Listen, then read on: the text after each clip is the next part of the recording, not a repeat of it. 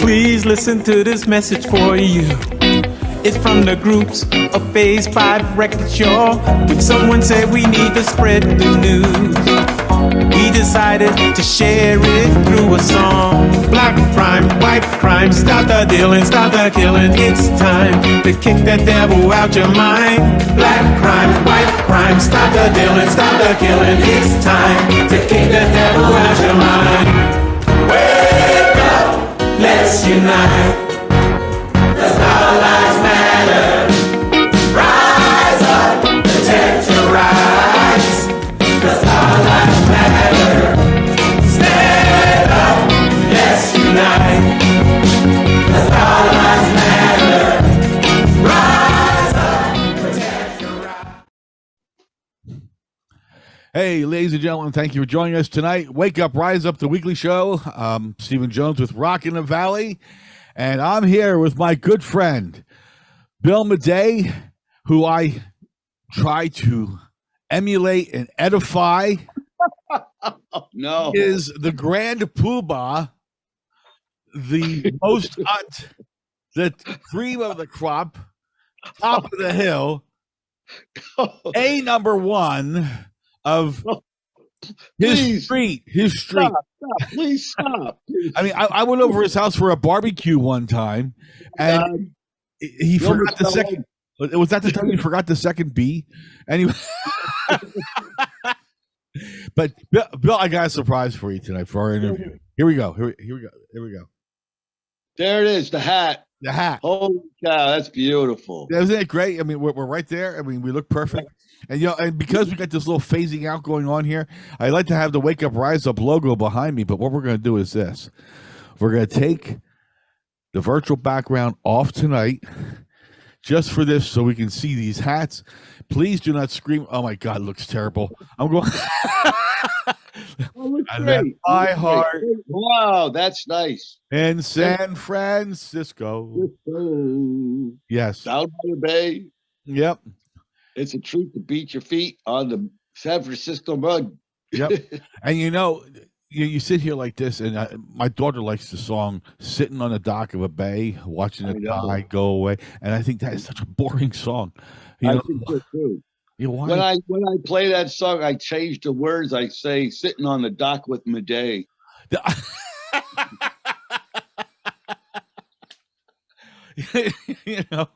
Well, we'll just get that to. We're gonna get to that another day. Okay. I'm gonna get back to something here. Well, we're gonna leave. Like I actually have to. I gotta go with the flow here on this. Wait a minute. It's here somewhere. There it is. All right. Now we got the right background on here. We have the feeling now. We have the feeling. We got the VD or the vibe. Okay. So, Bill, we've been working together. I don't know how long, and 10 years. It's a pleasure.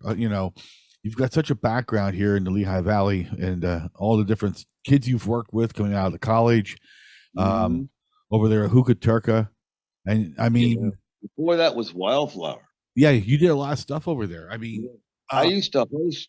Nobody knows this, but when I was living in Teaneck, I used to host at a place in Hackensack called the Fox's Lair. It was a bar. Oh no! And before that, I actually got started hosting open mics down in Quakertown when I came back from my service. Okay. That's a big thing, I hosted for the Society of Friends, which most people know as the Quakers, for as an outreach program for them. I was told to talk to young people, and it's hosted a coffee house, in which I quickly converted into a open mic jam. Let everybody jam together, and everybody played their songs, and it was a lot of fun. We had a lot of fun, and I think Craig Thatcher told me he still remembers coming in there and playing. I was the first person that put him on stage, so I started that up for him. So that was a big feeling. And But the thing was, I had just gone through Vietnam era training. I was down in Fort Sam Houston, um, Texas, San Antonio, and I was being prepared to be a medic in Vietnam. And I when you talk about talking against the war, you have to understand what it was like for people that actually fought in wars. There's an old saying that the guys who actually fought in it don't want to talk about it because it's so horrible. Yeah. I mean, I saw stuff that maybe 50 years afterwards, I could tell you, it was like you're standing there talking to somebody, and all of a sudden the sniper shoots his head off the guy before he can complete a sentence, and you're spattered in his blood and his brains, and you could taste it in your mouth, and you had just been talking with the guy. You have to understand what that feels like. Um, War is absolute hell, and we need to find a way to get around that. It's the breakdown of all civilization, you know.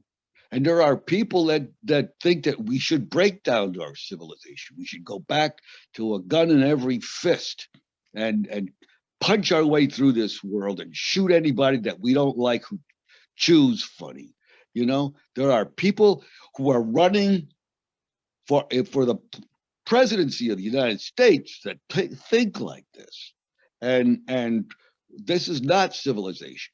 This is We need to abandon uh, there's this warlike attitude we have of killing your neighbor because you don't like the way they walk or talk, or what you don't like the food they eat. It makes them smell funny, and we got to start thinking in terms of civilization and end this horror that we think is a great way to live because John Wayne told me so. You don't like somebody, just smack them in the face with a gun.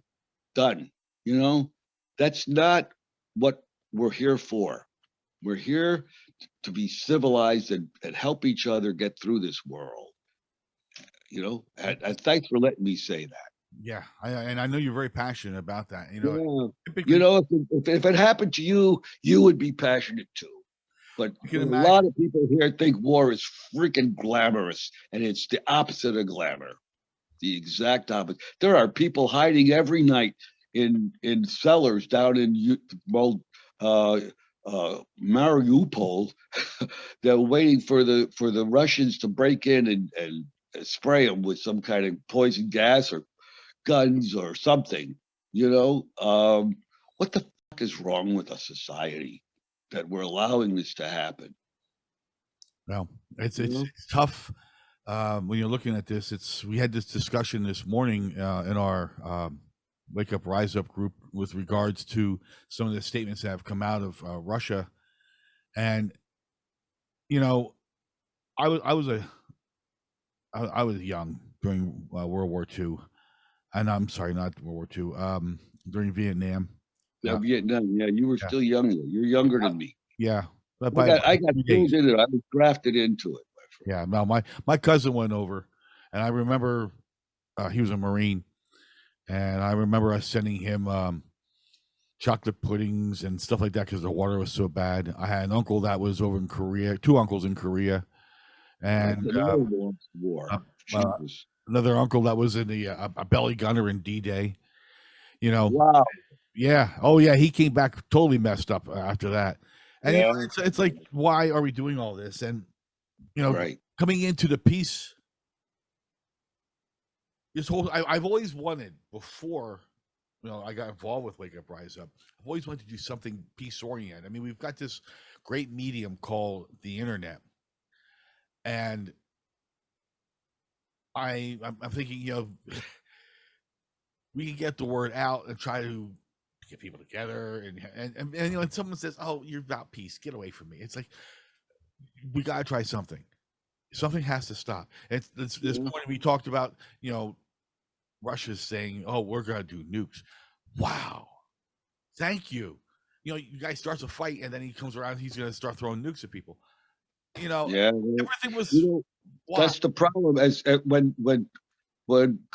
countries start losing wars, that's when they get desperate. They were not going to face their own loss. That's what we're facing as a civilization.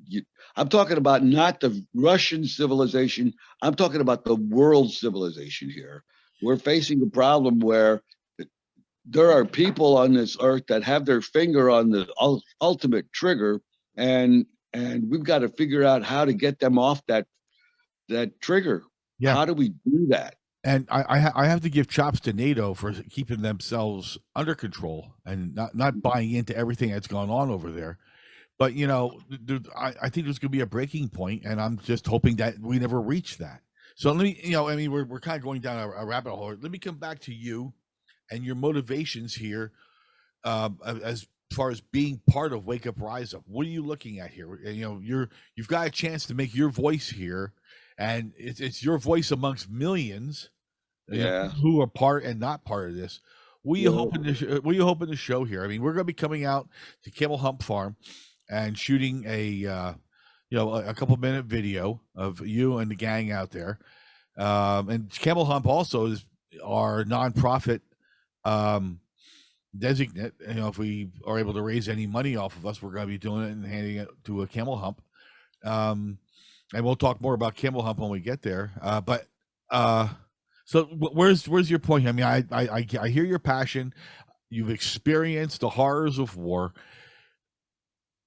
What, with your one voice and your music, what attracted you to Wake Up Rise Up? Let's put it that way. Besides me saying, "Hey, Bill, do this for me."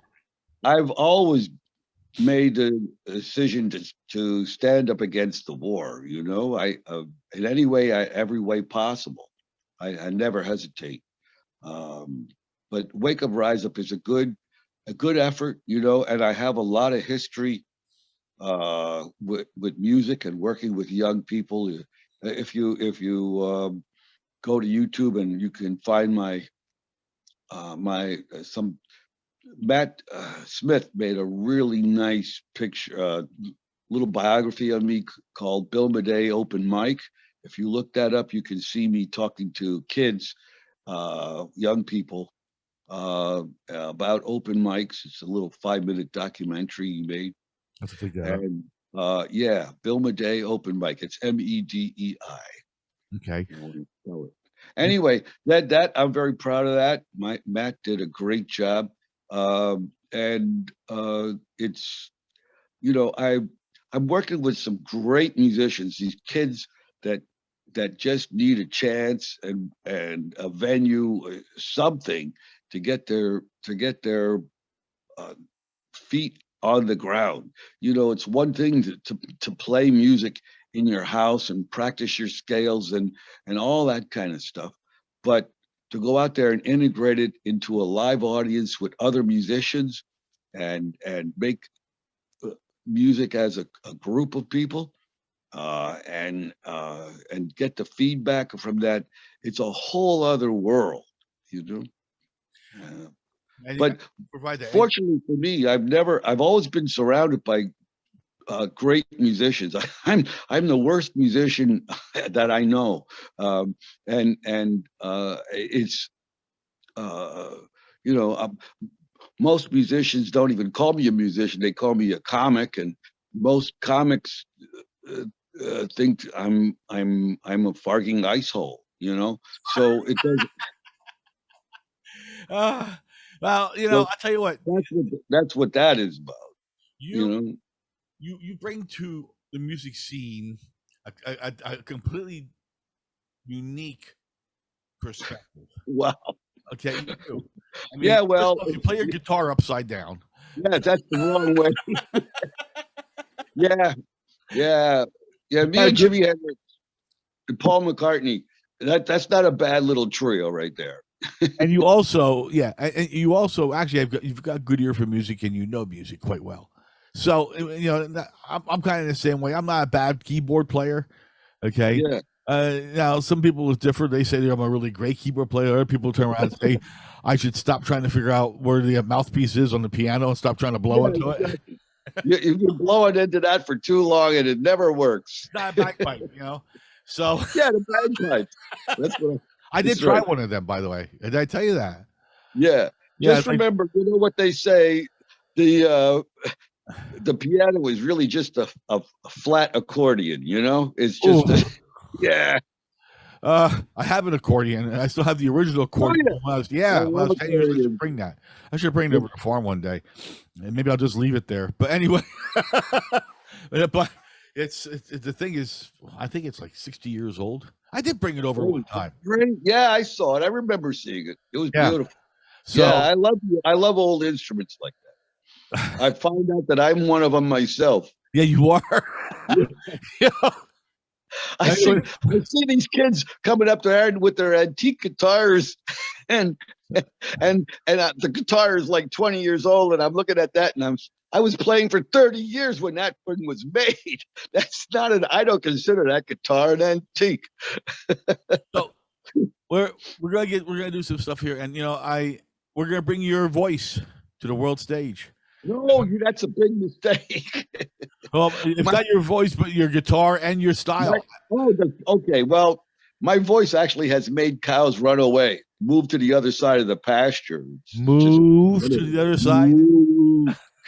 Okay. Yeah. Me and my angry cowbell, it scares the cows away. I'll tell you what, I saw you do that one time. You get really mad with your angry cowbell, and 15 people showed up for dinner. So it was terrible. Yeah. You weren't even serving anything, I'm the world's. I have the world's only rhinestone-studded cowbell, by the way. Do you? It's pure glamour, yeah. But by the way, move your camera out just a little bit. I'm starting to see the texture of your nose. So my arm's getting tired. Okay, well we're pretty much done here anyway, Bill. We're pretty much wrapping up anyway. So listen, I'm going to say to you, thank you so much for all that you've been doing in the Lehigh Valley. Okay, and you're just a great open mic host. You've made the difference in a lot of lives. Okay. You've made a difference in mine. Anyway, no matter who doesn't want me to say it. What's that? I say it. I'll say it anyway. I'm. You know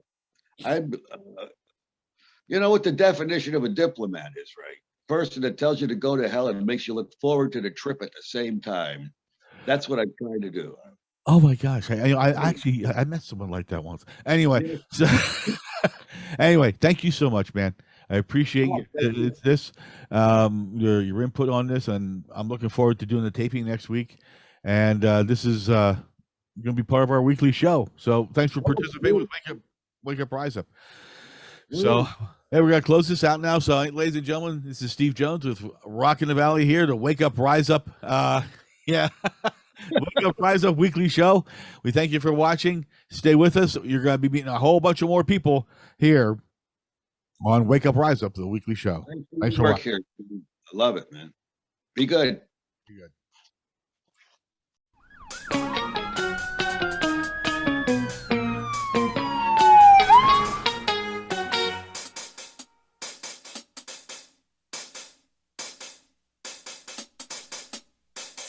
Please listen to this message for you. It's from the groups of Phase 5 Record Show.